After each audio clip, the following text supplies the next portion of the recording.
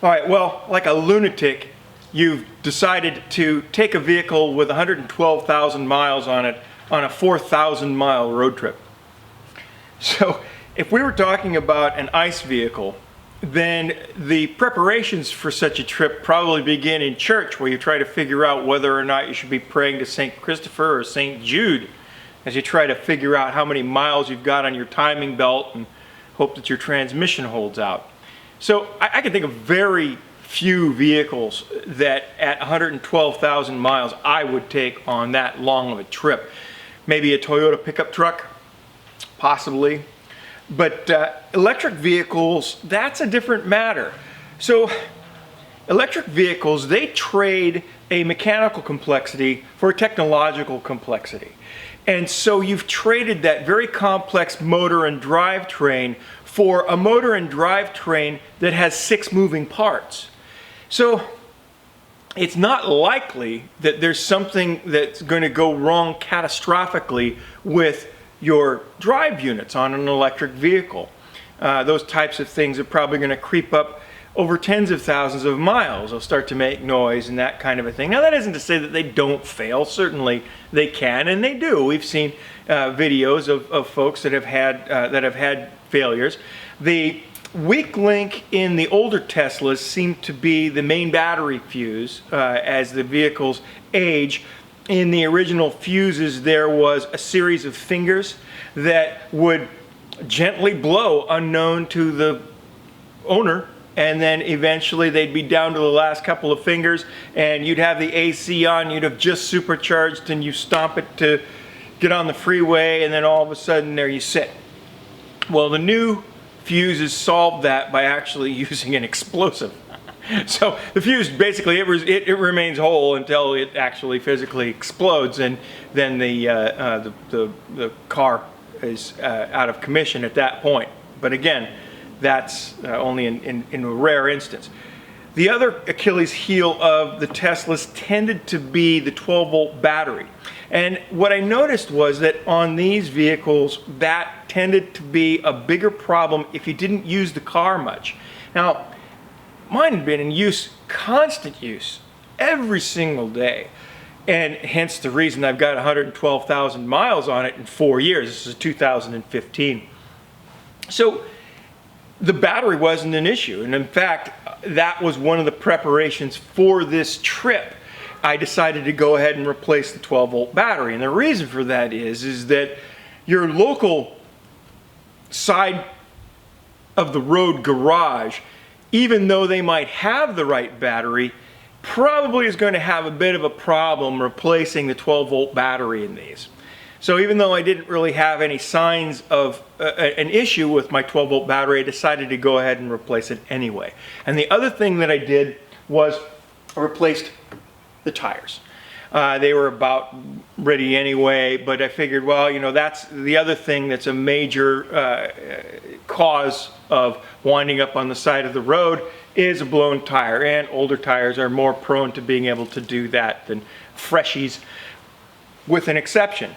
Again, when you're prepping for a long vehicle like this, I've got over 400,000 miles on BMW motorcycles alone. I used to do a lot of adventure touring, taking motorcycles where you've got no business taking a motorcycle.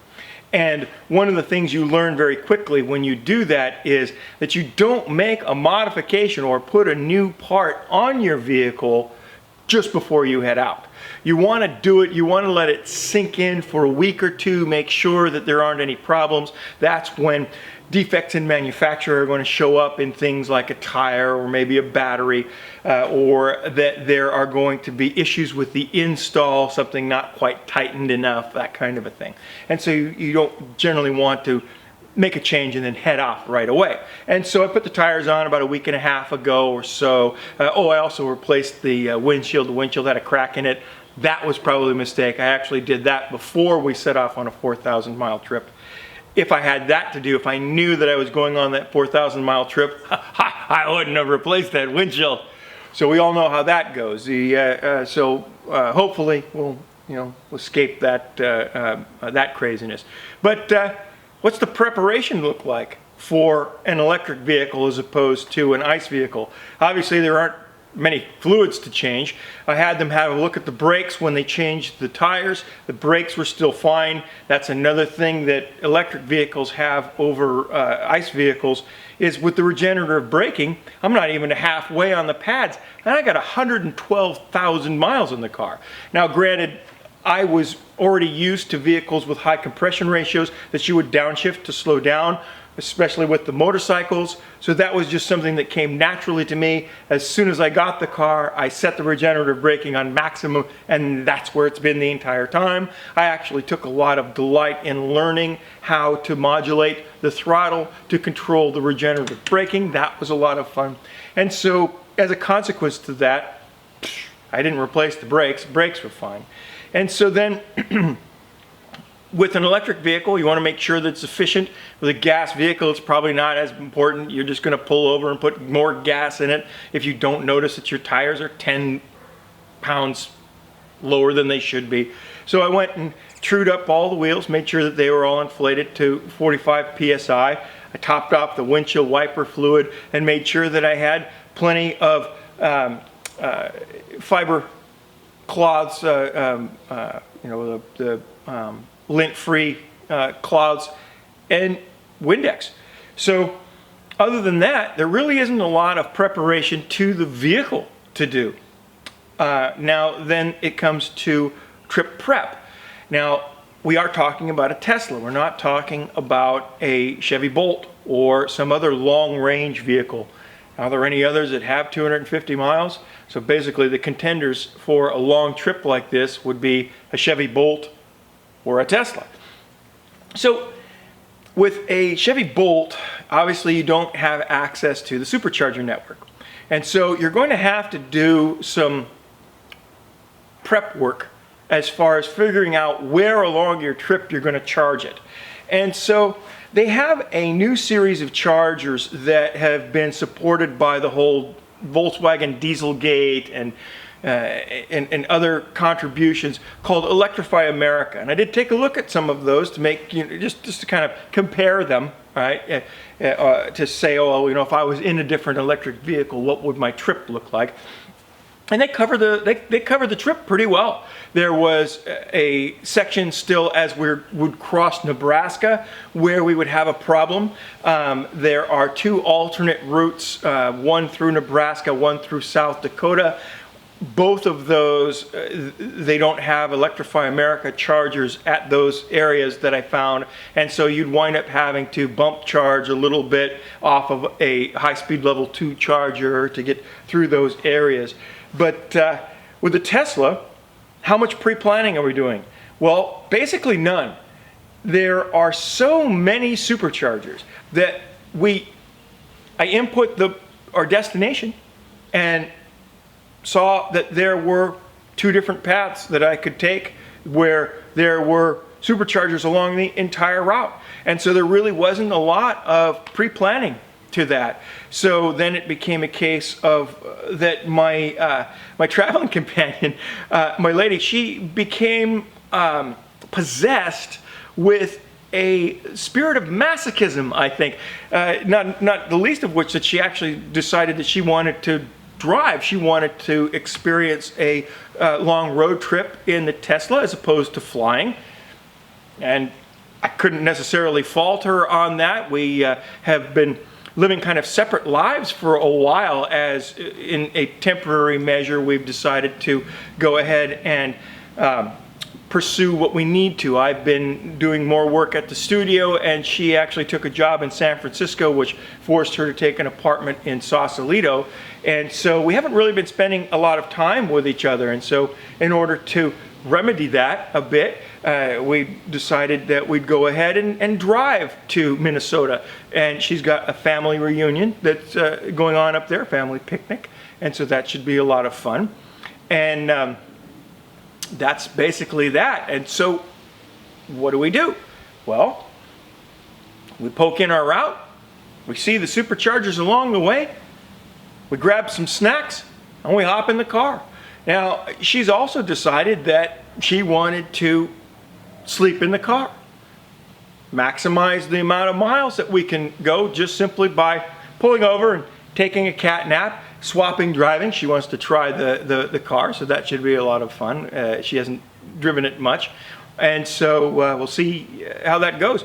And so I'll take you along on this. The majority of it is going to be filmed by my GoPro. It's got pretty good sound on it. Hopefully we don't wind up with any oddities going on there. I'll have a second sound system in case we have issues with that. But we're going to travel really light, and we're going to go ahead and disconnect from the grid for a little bit. And so that should be fun too. So we'll reconvene in a week, and I'll bring you along. We'll record the Supercharger stops, and you'll get a chance to see what that road trip looks like. Now, I know that there's a lot of road trips that have been videotaped on YouTube and with the Teslas, right? And this is just going to be another one of those. There isn't going to be anything different. Really, my purpose for doing this is just to contribute another one, because the arguments come thick and fast that these kinds of trips are impossible or impractical or any other number of things, and they're just not. They're just not. The Tesla, I've made several long-range trips, long-distance trips in the Tesla, and it's an absolute delight to take on long trips because of autopilot. And the fact that there are supercharger networks everywhere make it so that charging has never been an issue. And so that's something that we'll kind of focus on as we go. No need to belabor that point in the intro, but the Tesla Supercharger network has set the bar really high. While you're driving, you can see which superchargers you can make, what amenities are there, how many vehicles are already there charging. All of that information is displayed to you on the fly. And so with that, let's go ahead and finish packing the vehicle, and we will be setting off tomorrow very early in the morning. Our goal is to try and make it to Wyoming. We'll see how that goes. And thanks for joining us.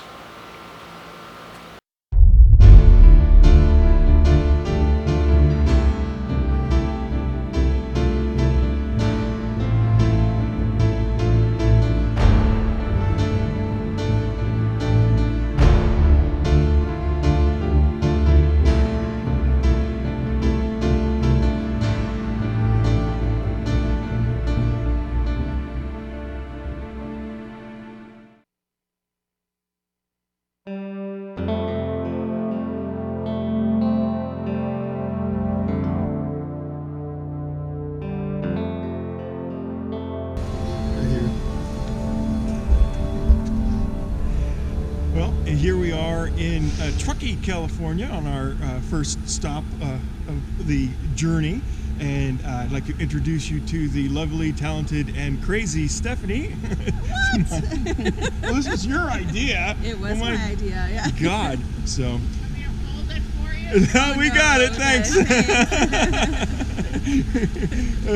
Helpful folk. Anyway, so yeah, so this is it. Multiple charger here in the back of a Safeway, so that's relatively handy.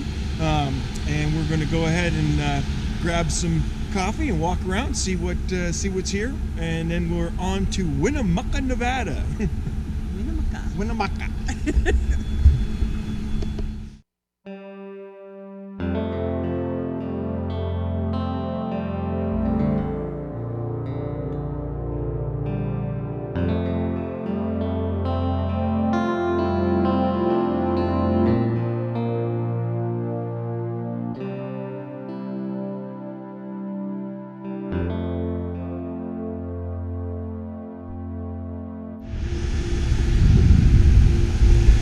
Well, here we are in our second leg in Winnemucca, Nevada. Be hanging out here for about 23 minutes or so, 20 minutes, and then it'll be on to Elko, Nevada for our third stop. Yeah. So getting there, chewing away at it. Our goal is to try and make it somewhere in Wyoming for the night, and we'll see how that goes. But Gumball rallies in full force. yeah, there we go. Having a lot of fun so far. I didn't get the camera out in time to catch the group of Corvette enthusiasts that are on their way to where were they? Ohio for a grand meet there. So that's going to be fun for them. But yeah, here we are, Winnemucca, Nevada.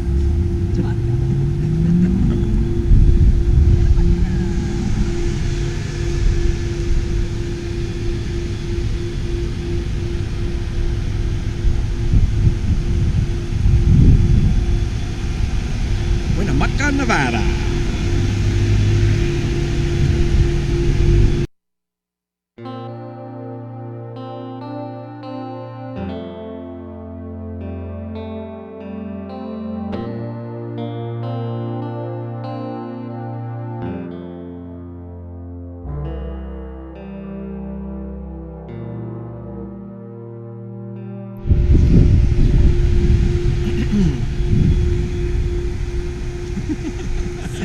Well, here we are in Elam, Nevada. I don't know where the hell we are. Elam, Nevada. We're still in Nevada, I know that. We're still in Nevada. Couple more stops before Salt Lake City, or one more stop before Salt Lake City. So it's a pretty good supercharger spot. There's a little strip mall, Denny's going on here. So again, a 24-hour stop. I didn't mention it, but that last stop that we left, what was it called? No good either. You need me to get notes prepared No, for these things. Whatchamacallit, Nevada? Yeah, that's good. Whatchamacallit. Whatchamacallit. Whatever the hell the last stop was. That was also a 24-hour stop. There was a little casino there, and it looked like the Chevron was also a 24-hour Chevron. So it was good for stop. So, alrighty, well, so we're gonna jump back in the car and see if we can get through Salt Lake City at a decent hour. We may wind up stopping there and grabbing a little bite to eat, so we'll see what happens there. So, there we go, Elam, Nevada. Huh? Elko, Nevada. Elko.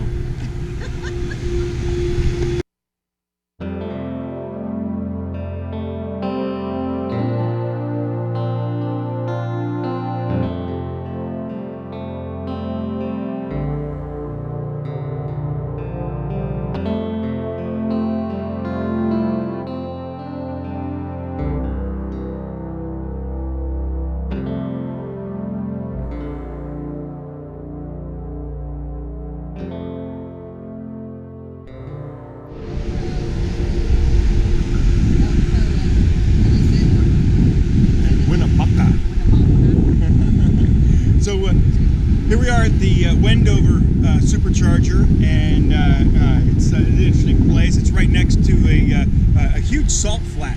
Let's see if you can see that. It's kind of interesting. You can see it out there. You can see it all over the ground. Yeah, it's all over the ground. I guess we actually parked in a stall where somebody in a Tesla must have taken their car out to see what it'd do in the salt flats. Yeah. But yeah, the two superchargers that we couldn't remember coming through Nevada, it was Winnemucca and Elko.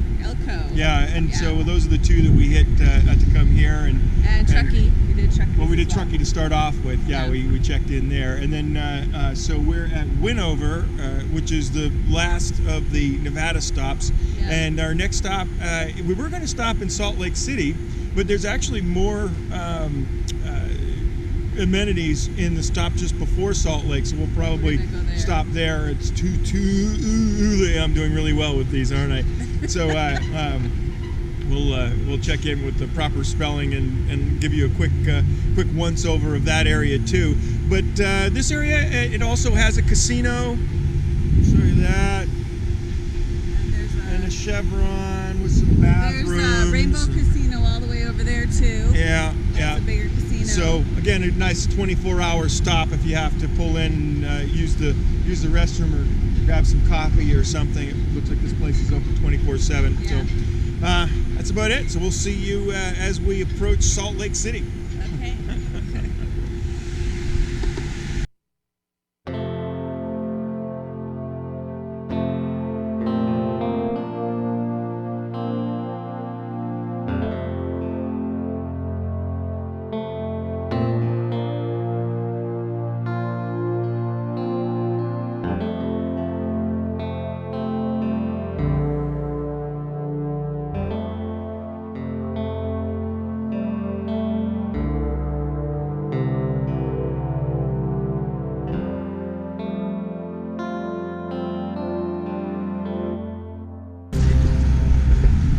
Okay, wow. Well, that was a trip through the desert. We obviously passed by the Bonneville Salt Flats as we exited Nevada there. Very beautiful. Man, yeah, beautiful, So in a beautiful. kind of very barren kind of a way, Yeah. and a lot of signs for drowsy drivers. Yeah. And so anybody trying to make that trip that doesn't have autopilot, if they ever make that same trip with autopilot, that will be a huge eye-opener Yeah. for them. I mean, it's one of those journeys. I've made several trips through the desert before, and it's just, without autopilot, it's just mind-numbing. I couldn't imagine. Yeah. Oh my God, so. But we are here in another place that I can't seem to pronounce. Toole. T-O-O-L-E. Thule. Like T-O-O-E-L-E. T-O-O-E-L-E. T-O-O-E-L-E. Utah. I'm saying Thule. Yeah, well, that's the story she's sticking with. Anyway, so we made it. Now, this is an interesting one. It's in the parking lot of a Comfort Inn. There is a truck stop not too far from here, so you could hoof it over there. There's an Arby's across an incredibly busy street. I think there might be a crosswalk somewhere, but Probably down at the corner. Do yeah, that you may froggy want to hop. you may want to grab your Arby's sandwich and then come over here if you have that in mind. But at least there'll be amenities available 24/7. So I'll consider this one to be another 24/7 stop, I think. But so our game plan now, we still want to wind up getting to Wyoming at some point. We've got 2 stops left or the next stop would be Salt Lake City, but we're going to actually bypass that because we're going to actually crash in the car for several hours and let the car fully charge, let ourselves fully recharge, and then we'll see what happens. We may stop again for the night at one of the stops in Wyoming and then overnight there, or we may sleep long enough here where we just drive through the night and then crash again early in the morning. So we'll kind of play it by ear. We'll keep you guys posted. Welcome to Utah. It's right next to Lake Point. Yeah. And we've got beautiful hills behind us. Yeah. If you haven't seen them. Oh yeah. Yeah. We'll pan through that. Look at that. Oh my gosh. It's a gorgeous place. Gorgeous place. And it all kind of greens up as you start to get out of the salt flats. It's kind of pretty. It's pretty. Alrighty, well, we'll check in again and let you know what the hell our next stop is.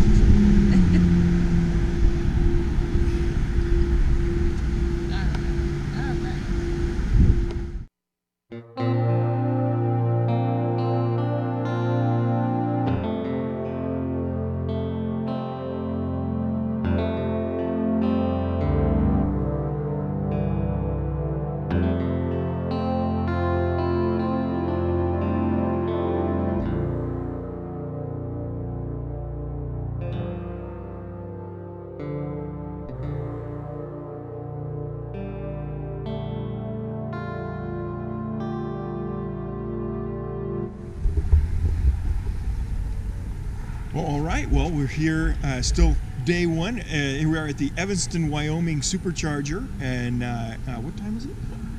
Oh my gosh. You keep talking. I'll check. Oh my God. We'll start this again. 8:57 p.m.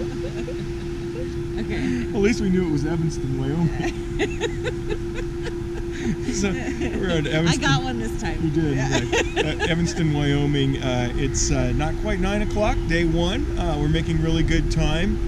The Supercharger station after this one will be the halfway point between Sacramento and Minneapolis, Minnesota. And so at some point we'll stop and rest again, but I doubt we'll take a hotel. The Evanston Supercharger here, there's some stuff kind of across the street within walking distance, and there's a hotel here. So again, you could probably consider this a 24-hour operation if you needed to, stop in and take a leak or something. But there's probably not going to be much around here if you are looking to grab a bite to eat. Unless there's something in the hotel, which is the Hampton Inn. That's where That's possible. But there is a Chevron and a Shell station, and so you can probably stop and get snacks 24/7 and stuff like that. And when you're coming off of this exit, there's actually 3 or 4 different fireworks shops. So if you're interested in stocking up on your fireworks, so if you need your explosives, the stop to do so. Yep. They're huge shops. Oh man, yeah, they look like major distributors. Okay, well that's about it for Evanston, and then we'll check in again at our next stop. I can't remember off the top of my head what it's called, but that will actually be our halfway point. We're going to need to charge fully here in order to make it. It's a couple hundred miles away, and so to give that safety factor, we're going to go ahead and charge completely. Relax here a minute. I've got a few pieces of work that I need to take care of. You need to check in with your work, and so. And the drive that we just went through really reminds me of the Cars movie with Disney, the Red Rock. Yeah. We saw a bunch of people that actually were. It looked like they had been rock climbing. Yeah, so, yeah. I mean, beautiful country that we just went beautiful through. area that heading through Salt Lake City. We actually didn't stop at Salt Lake at all. We charged into Toole, and so then we actually bypassed Salt Lake City altogether and just bombed through it. So, all right, well, we'll check in a little bit further into Wyoming. Okay, bye.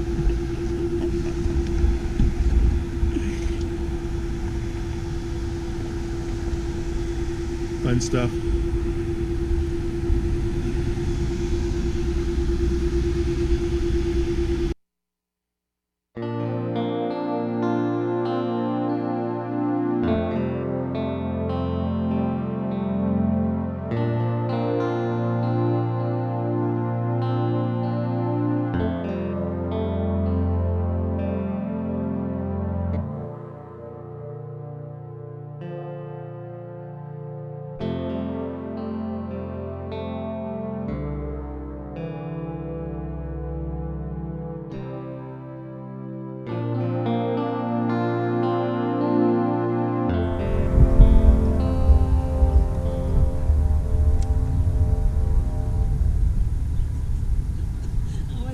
You're like supposed to have all this down and like. Well, so here we are at Rawlins, Wyoming, after having spent an evening in the Tesla Hotel. Actually worked out really well. Our plan was to sleep. Our plan was to sleep a couple hours, and we'll get on the road. We'll get on the road well before we did when we left California, because this is like the halfway point, and we're going to judge all this by that. And we'll, if we leave here by 4, then we'll be able to get to Minneapolis, Minnesota, a couple hours earlier than we got here. That's a great idea. It's 6 o'clock. Well, we stopped at another charge point. We did a little quick bump charge. Do you remember where last night? No, I don't remember. I do know it was in Wyoming, and it was at a mall. Yeah. And it was really, and we actually slept a little bit there as well. Yeah.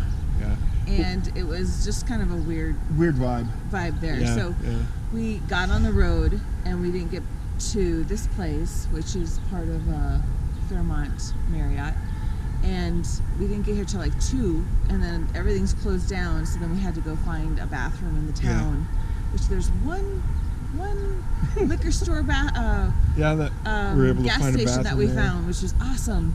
And so anyways, that's why we slept till 6 was because we needed it was a little late. It was really early. I mean.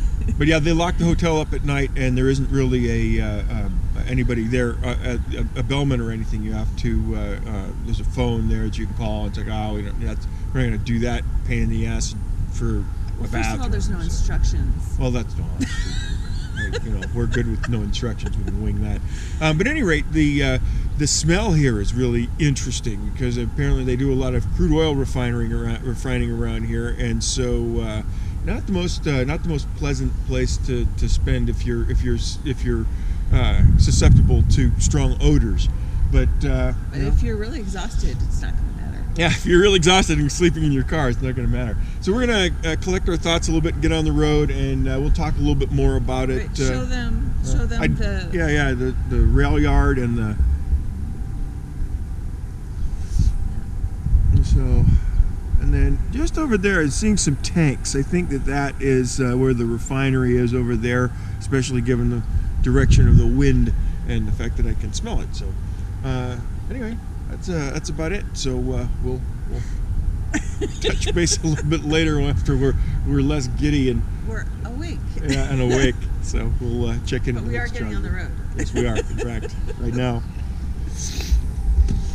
Oh my God.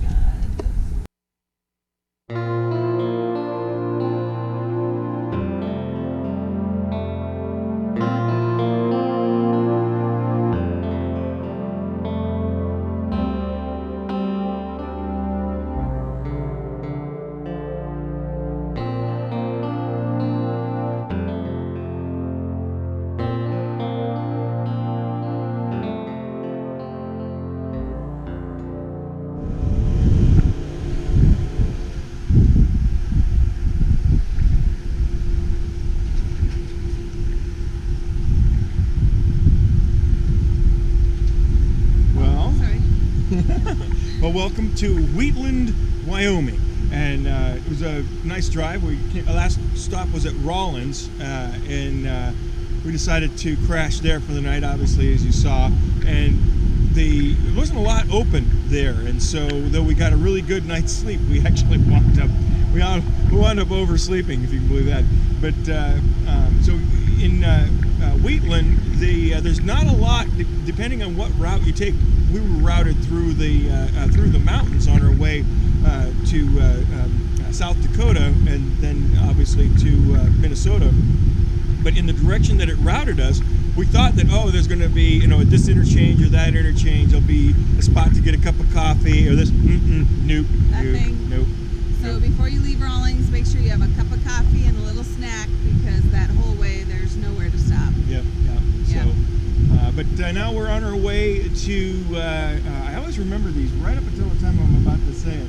We're going to something starts with a C in South Dakota. Custer, South Dakota, and so right in the middle of the Black Forest. Black Hills. Black Hills. Black We're Hills. Getting more in my territory, honey, where I grew up. And so that should be a neat stop. We'll see what that looks like. And right now we're gonna get on our way. There must be some topography in the way, because it's showing us at our charge here. In order to get to Custer, it says, well, you got 5% when you get there. Okay, well, if I charge to 100%, how much will I have? Oh, 5%. So we're going to go ahead and see where we're at when we pass by a supercharger in the midway point, and we may wind up taking just a quick bump there and then getting on our way to Custer. But so this stop is at Heartland Inn and Wheatland. Suites. Heartland Inn and Suites, right. Heartland Inn and Suites. And they also have a garbage can here, and they have window washing.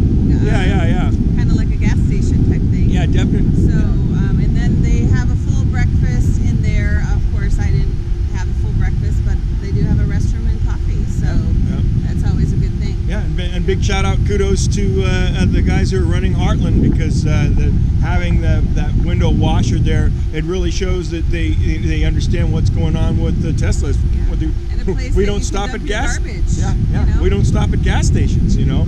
And so that tells us that maybe that's something that we'll need to start seeing cropping up as a business model for folks that are looking at starting a little gas and sip instead of a gas and sip. You know, do some kind of a charge and sip where there'll be lounge areas, maybe combined with hotels that are in the area to get suites, maybe even rent suites by the hour. Yeah. You know, like you would for a trucker, because when you're traveling with a Tesla, maybe you don't need to pack and unpack. You need a nice, You need a place to freshen up and just kind of get yourself ready to go. a nice secure place for the vehicle, so that you've got, you know, someplace that's monitored. Yeah, I think that would be a good business model. Yeah, but there is a Sinclair station with an A&W. Obviously, the A&W, it's still early here, so the A&W is not open, but the Sinclair station was open for restrooms and coffee as well. Yep. So there's two different options here. So We have some options here, so it's a good stop. So, all right, and now on to Custer. Custer, yeah.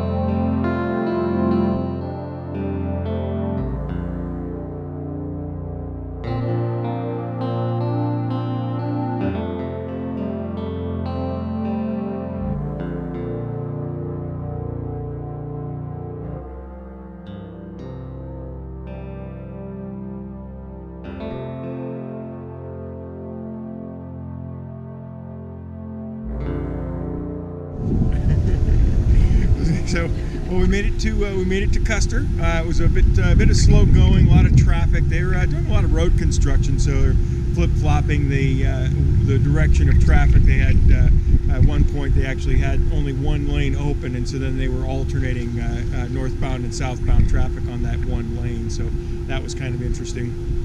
And Custer, South Dakota. yeah, Custer, South Dakota. It's a small charger area. Let's see, we got 1, 2, 4, 6, 8 8 stall charger, and it's located out behind a small mini mart. Not the easiest thing to find, but not hardest either. Called Dakota Mart. Dakota Mart, yeah, down this little dirt road thing here, and yeah. So it's a cute little town. It's actually, I think, probably one of the stops before heading to Mount Rushmore. yeah.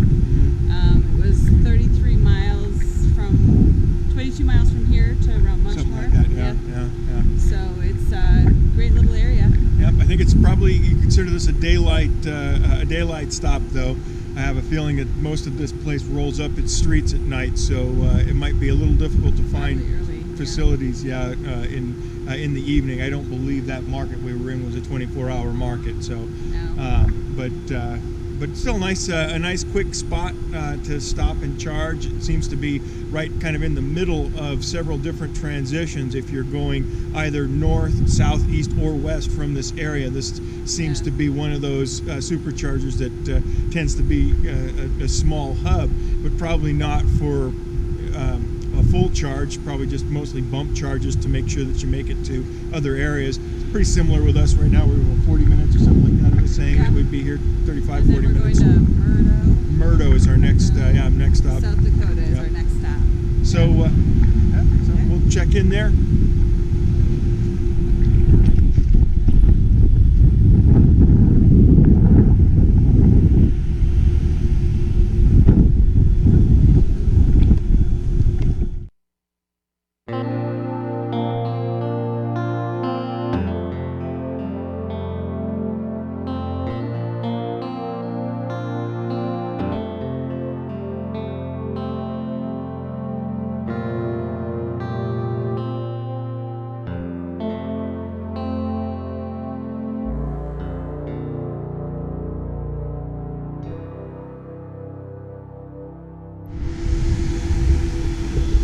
Alrighty, how cute is this place? So Yeah. we stopped at Murdo, and it was just a small. just a small set of superchargers, 4 of them, and usually when we've seen them, they were that small. They're just kind of tucked out behind a gas station someplace. Really not a whole lot there. But this is obviously either they've renovated this place or it's fairly new. But they put in a little inn, and then very clever piece of marketing with the pizza joint. Let me get the sign here. And the pizza joint is over there. There you go. And then the hold on a second here. What am I doing? There we go. And then the pizza place is just across a grassy little park area that they've built up here. It's a really neat place. Cute. Yeah. They have little planters right by the chargers. And there's a park. Yep. So if you have show you that kids real traveling quick. with kids, you've got playgrounds, pizza. Yeah, they did a really nice job putting the place together, and they're obviously really proud of it. It shows. It's really cool. Really neat place. So Murdo. Murdo, yeah. Our next stop is Sioux Falls. Sioux Falls, hopefully, yeah. And we might have to bump on the way. We'll see. We're going to check the map right now, and we've decided to go ahead and grab a place to stay real quick. Kind of clean up a little bit, stay there for a few hours, get some charge in the car, and then head on up for our last couple of chargers. So we'll check in there.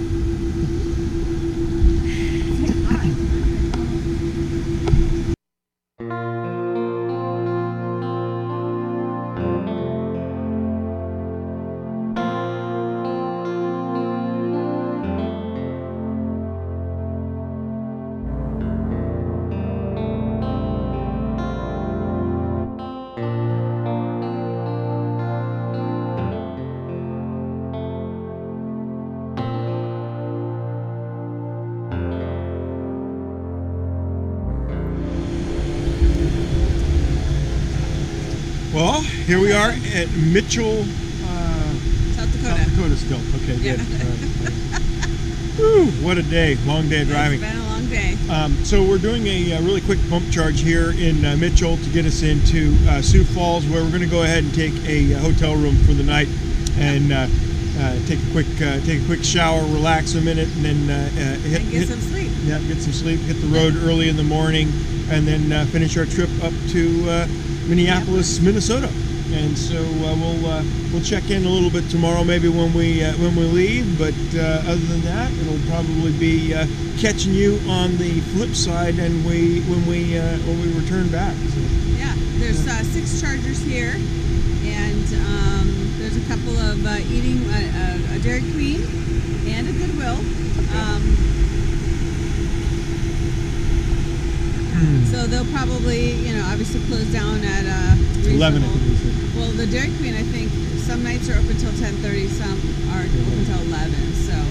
So You might actually be able to find that bathroom. Yeah. After hours, though, probably not. Yeah, well, that's a good point. They had listed a restroom here, and so one of the things that a little pet peeve of mine is that if they're going to do that, then there should actually be a restroom available 24/7. Because obviously, you got to take a leak. That's one of the things you're going to be looking for on the. Or put a note on it. Yeah. So anyway, but that's it. Mitchell Supercharger. It's a decent one. It's located right in the middle of the kind of little city area here. So there's at least some stuff around.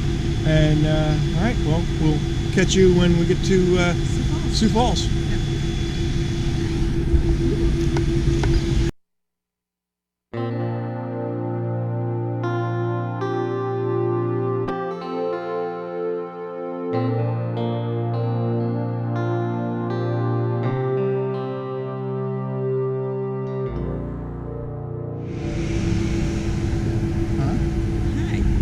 Okay, well, so here we are in Sioux Falls at the South Dakota, the Supercharger here.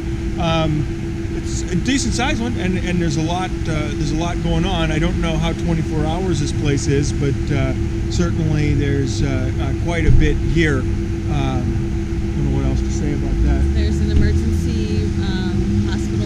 you Oh, come yeah. over here, there's a Hy-Vee Foods, which is a grocery store, and there's malls and stuff all around. So, yeah. So, pretty well equipped one.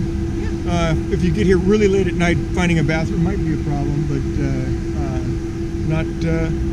not too shabby. So, Yeah, I mean, there is a gas station over the way, and I don't know if that's open 24 hours. That might No, be the that's best, true. best bet. Yeah. Yeah. So, well, now we are going back to the hotel room and crash.